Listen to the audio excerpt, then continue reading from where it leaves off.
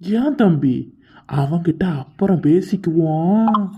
எனக்கு ஒரு திட்டம் தோணுது பாருப்பா. ம் நம்ம 3 பேரும் சேர்ந்து இவளுகளை பிரித்து தனியாக வைக்கிறது இருக்கட்டும். முதல்ல நீ சொல்லியோட தம்பியோ இருக்கானுள்ள 2 பயலுவோ அவனுக்கிட்டையும் உன் மாமியார்கிட்ட உன் மாமனார்கிட்ட பற்றி சொல்லு. நான் என் பொண்டாட்டியோட அப்பா ஆத்தா அவன் தம்பி ஒருத்தவன் இருக்கிறான்.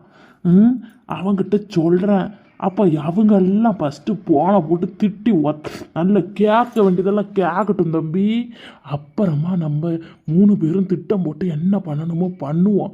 இவளுகளெல்லாம் அடக்கிறதுக்கு அவள் ஆத்தா அப்போ வந்தால் தான் அடக்க முடியும் பாரு.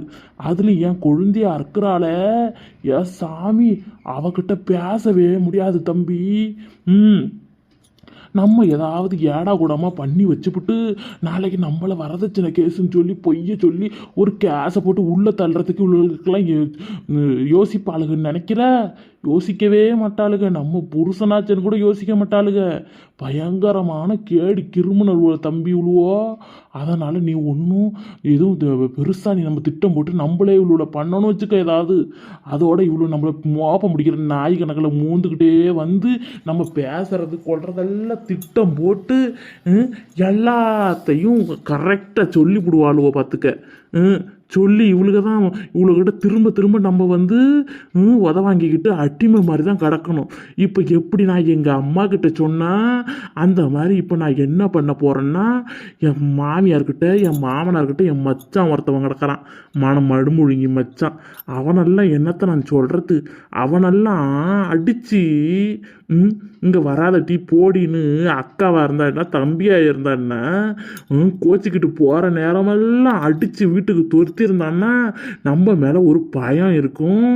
இவனுக்கு தான் நம்ம அக்கா ரொம்ப நல்லவ, என்ன தொந்தரவு கொடுக்க போறா, அவள் அங்கே பண்ணுறதெல்லாம் கரெக்டு அப்படின்னு சப்போர்ட் பண்ணிக்கிட்டு நீ எத்தனை நாளும் இருக்கா அப்படின்னு சொல்லி வச்சிடறானுங்களே. அப்புறம் நம்ம எங்கிட்ட இருந்து பொழைக்கிறத சொல்லு பார்ப்போம்.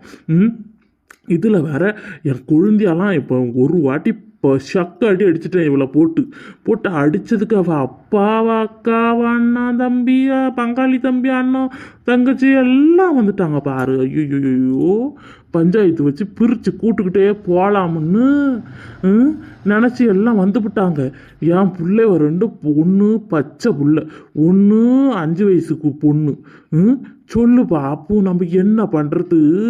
சரி போய் தொலைது, நம்ம பிள்ளைகளுக்காக நம்ம ஏதோ ஒன்று பண்ணி தானே ஆகணும் அப்படின்னு இல்லை தம்பி. நானும் அடக்க ஒடுக்கத்தில் இருக்கிறேன். இல்லைன்னா இவ்வளோலாம் அடித்து தூக்கி போட்டு மிதிக்க தெரியாத யாருக்கு எனக்கு. என்னமோ எம்ப குடும்பத்தில் வந்து இவளுகெல்லாம் நல்ல நம்மளை மாதிரி இருக்கிற இடிச்ச வாயுவளை கட்டி இவ்வளோ நல்லா இப்போ நம்மளை ஏறி மிதிக்கிறாளோ தம்பி. இவ்வளோலாம் சும்மா விடக்கூடாது பாரு. அதுவும் நான்லாம் ஒரு டைமு சண்டை போட்ட அப்போ சரி நம்ம புள்ள பாவமாக இருக்கே, நம்ம போய் கூப்பிட்டுக்கிட்டு வருவோம் நம்ம பொண்டாட்டிய, என்னமோ நம்ம தெரியாமல் பண்ணிவிட்டோம். அதனால் நம்ம போய் கூப்பிட்டுக்கிட்டு வந்து எப்படியோ சேர்ந்து வாழ வைப்போன்னு நான் போய் கூப்பிடுறதுக்கு போகிறேன். என் மாமியா கதவை திறந்து என்னத்துக்கு வந்தீங்க, என் பிள்ளைய போட்டு அடிச்சு போட்டு அப்படின்னு என் மாமியா ஒரு பக்கம் கேட்குது. என்னமோ என் மாமனார் கொஞ்சம் நல்லவர் பாருங்க. வாங்க மாப்பிள்ளன்னு கூப்பிட்டு உள்ளே உட்கார வச்சு தண்ணி கொண்டு கொடுத்தாப்புல. அதுவும் இவ இருக்கிறாளே என் பொண்டாட்டிக்காரி, ஐயோ இவளை நான் ஏன் தான் கட்டுனனும் இருக்கும். அந்த நேரமெல்லாம் அப்படியே என்னடா பண்ணுறது, குடும்பத்தை விட்டுட்டு எங்கிட்டாவது சந்நியாசம் ஆயிடலாமோ அப்படியெல்லாம் எனக்கு சிந்தனைலாம் தோணி பிடிச்சி பாரு. அந்த மாரி இவன் என்ன பண்ண தெரியுமா, யார் அது எப்பா, நான் இவன் கூட இனி வாழ மாட்டேன், இவனை ஃபஸ்ட்டு ஊட்ட விட்டு வெளியில் திறத்துங்கப்பா, நான் டைவர்ஸ் கொடுக்க போகிறேன், எனக்கு வாழ்க்கையும் வேணாம் ஒன்றும் வேணாம். பாவம் என் பச்சை புள்ளியோட வானான்னாலே அப்படிப்பட்ட மடுமொழி என் பொண்டாட்டி. இன்னைக்கு நல்லா பேசுகிறா சிரிக்கிறான்னு நினச்சி எல்லாம் ஊருக்கே ரொம்ப பெருமையாக இருக்கிறாங்க. இவங்க ரொம்ப சந்தோஷமான தம்பதி, நல்ல எந்த சண்டையும் போட மாட்டாங்க.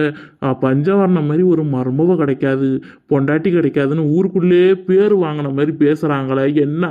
அதெல்லாம் நான் அப்படி அடக்கத்தில் இருந்ததால் இவ பேர் வாங்கிக்கிட்டு இருக்கிறா, மற்றபடி ஒன்றும் கிடையாது. என்னெல்லாம் ஏமாற்றி பொழைச்சிக்கிட்டு இருக்கிறா. நானும் நம்ம பிள்ளைவெல்லாம் இன்னைக்கு பெருசாகும் நாளைக்கு பெருசாகும்னு இருக்கக்கூட அவள் பேசுறது திட்டுறது அடிக்கிறது எல்லாம் எனக்கு பழக்கியே போயிருச்சு தம்பி, பழக்கத்தில் வந்துருச்சு. இப்போ பார்த்தா இப்போ கட்டி கொடுக்குற வயசில் பிள்ளையோட வச்சுக்கிட்டு அடிக்கிறான் பாருன்னு பேர் வரும். அப்போ கட்டி கொடுத்ததுக்கப்புறம் அடித்தோம்னா முடியாத காலத்தில் பொண்டாட்டியை போட்டு எப்படி அடிக்கிறான் பாரு, யார் வந்து பார்க்க போகிறா, அக்கா தங்கச்சி வந்து பார்க்க போகிறாங்களான்னு பேர் வரும். இப்படி நாளுக்கு நாள் ஏதாவது ஒன்று சொல்லிக்கிட்டே தான் இருப்பாங்க, என்னத்தை பண்ணி தொலைகிறது. அதனால் நம்ம 2 பேரும் எந்த ஒரு திட்டமும் போடாமல் நேரடியாக ஏன் இவங்க அப்பா அத்தா வீட்டுக்கு போன போட்டு சொல்லக்கூடாது. சொன்னால் அவங்க வந்து பார்த்துக்கிறாங்க.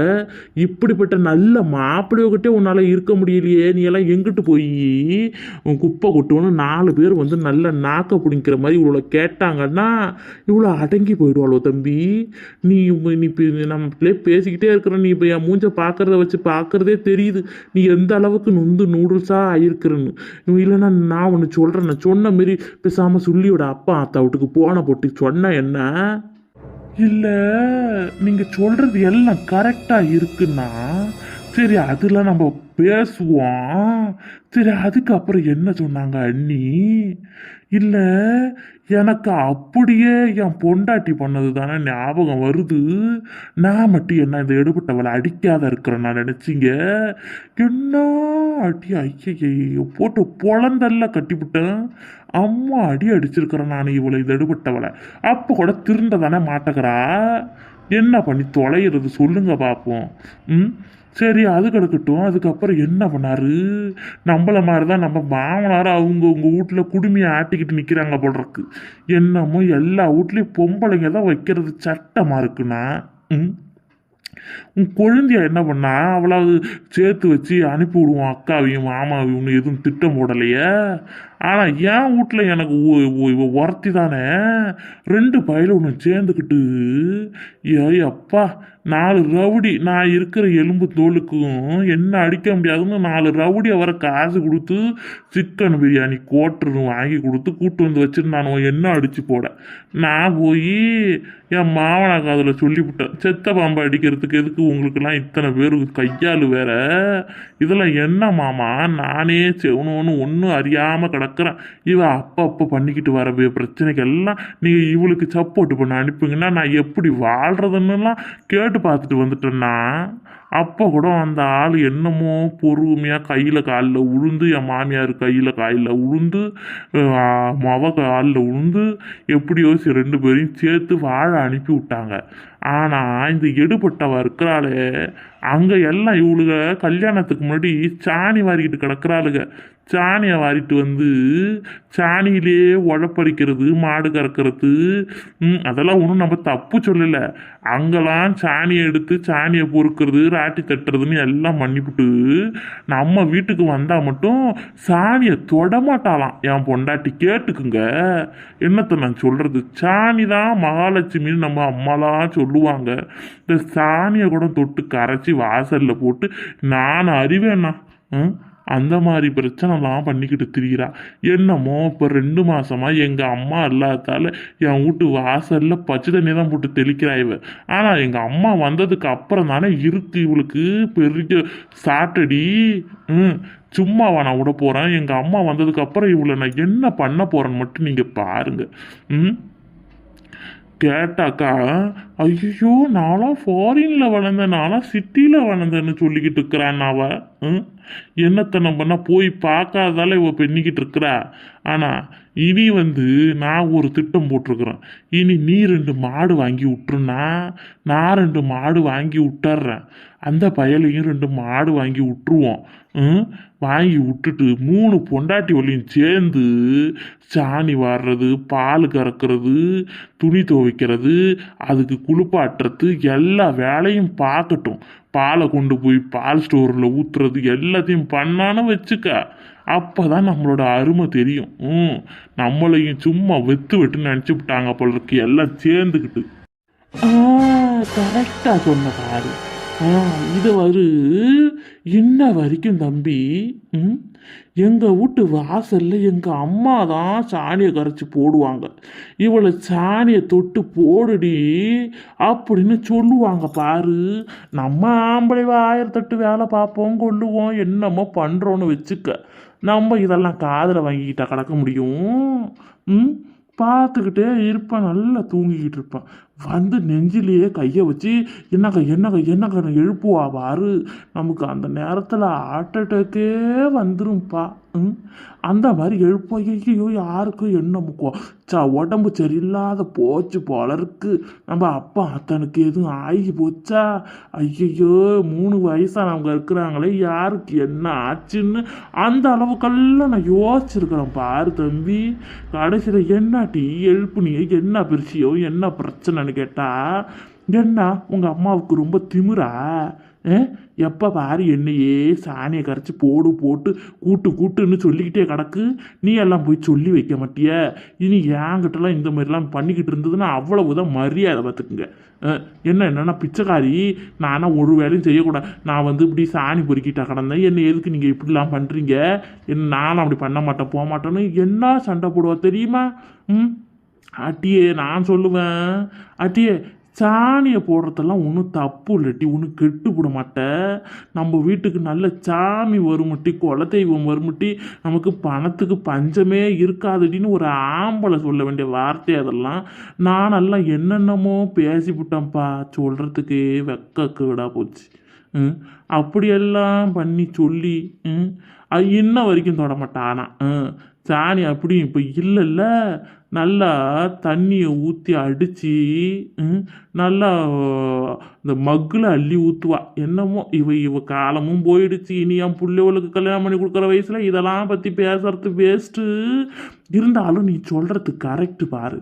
3 மாடு, என் வீட்டில் 2, உன் வீட்டில் 2, அவன் வீட்டில் 2, ஆளுக்கு 3 2 மாடை வாங்கி விட்டு மேய்ங்கடின்னு தோர்த்துனோம்னா நம்மளை பற்றி நல்லா புரிஞ்சுக்குவாங்க பாருப்பா. இனிதானே இருக்கு ஆட்டம் ஆரம்பம். இனிமே சும்மா இருக்கக்கூடாது தம்பி. நம்ம நினைக்கிறது தான் சட்டம், நம்ம வைக்கிறது தான் முடிவு பாரு. இனி நம்மக்கிட்ட என்னதான் பேச்சு பேசுகிறாள் ஒன்று பார்ப்போம். செவனோன்னு இருக்கணும். எதுவும் எங்கள் அம்மாட்டெல்லாம் நான் சொல்லி வச்சுவிட்டேன். நீங்கள் சொல்லிவிடு சின்னம்மாக்கிட்ட இவ்வளோ பண்ணுற சேட்டையை. வந்த வரைக்கும் வைக்கட்டும். நல்லா நம்மளாம் கண்டுக்கவே கூடாது. நம்மளாம் போட்டு அடித்ததுக்கு நம்ம என்னான்னு கூட கிடக்கூடாது. உடம்பு சரினா கூட ஆஸ்பத்திரிக்கு இட்டு போகக்கூடாதுன்ற அளவுக்கு எனக்கு கோவம் வருது தெரியுமா? நம்மளை நம்பி வந்தவளை நம்ம நல்லா பார்த்துக்கணும்னு நம்ம நினச்சோம். ஆனால் இவளோட புத்தியே இவளோட இப்படி தான் பண்ணும். விடு, இனி நம்ம எதுவும் டிஸ்கஷன் பண்ணவானா? எங்கிட்டாவது இருந்து பார்த்துக்கிட்டு இருக்க போகிறாளுவோ. என் பொண்டாட்டிலாம் சும்மாவே சொல்ல முடியாது, பயங்கரமான கேடு கிரிமினல். சரியா?